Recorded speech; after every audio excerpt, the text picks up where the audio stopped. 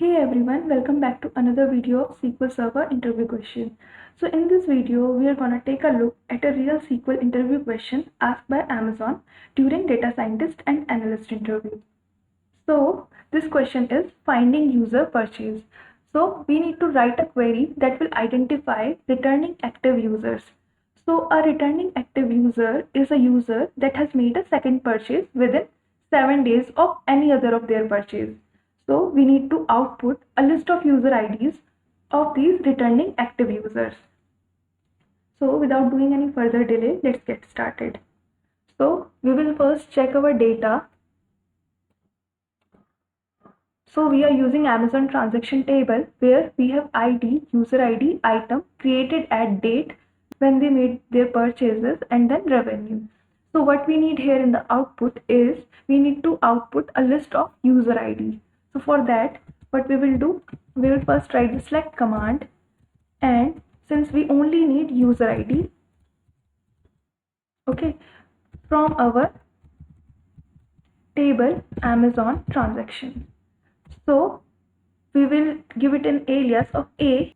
Now we will use the same table and we will use the self join here in order to find the second purchase. So we will join the same table Amazon transaction and we will give it an alias of B. So we are joining it on user ID because we need to find the active user, and those users user ID is here in this column. So we will use user ID. So on A.user_ID equals B.user_ID. Okay. So what we are doing, we need user ID here from the Amazon transaction A. Then we are self-joining this table on A.user_ID equals B.user_ID. Now we need to apply where condition. So our first condition will be the ID from the first table should not be same in the second table, because ID is the number which created when they made their first purchase and second purchases. So the ID should not be same for the first purchase and second purchase. So our first condition would be A.ID should not be equal to B.ID. After that, we will extend this where clause by using and now our second condition is where our A.created at date should be less than B.created at, because we need to find those user who has made the second purchase within 7 days.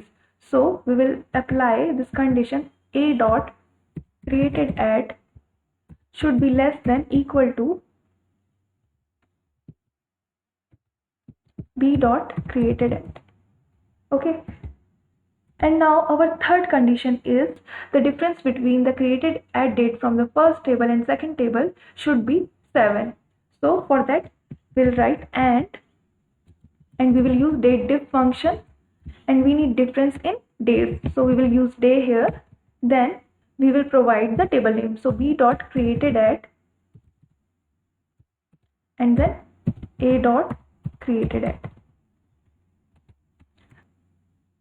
So we need difference in days from both the columns.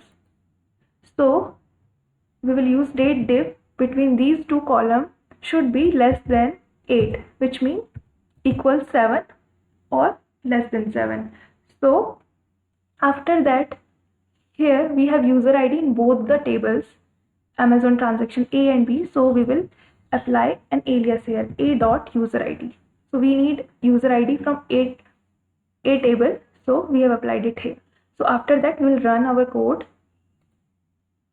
So now as you can see that we have got user ID, but here our user ID are repeating. So for that, so we need distinct user ID. So for that we will use distinct here. So distinct, and then we'll run it again.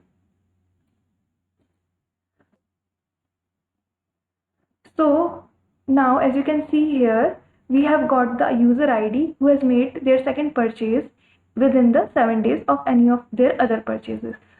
So the requirement here was to find returning active user who made a second purchase within 7 days of any of their other purchases. So hope you have enjoyed this video. Thank you for watching.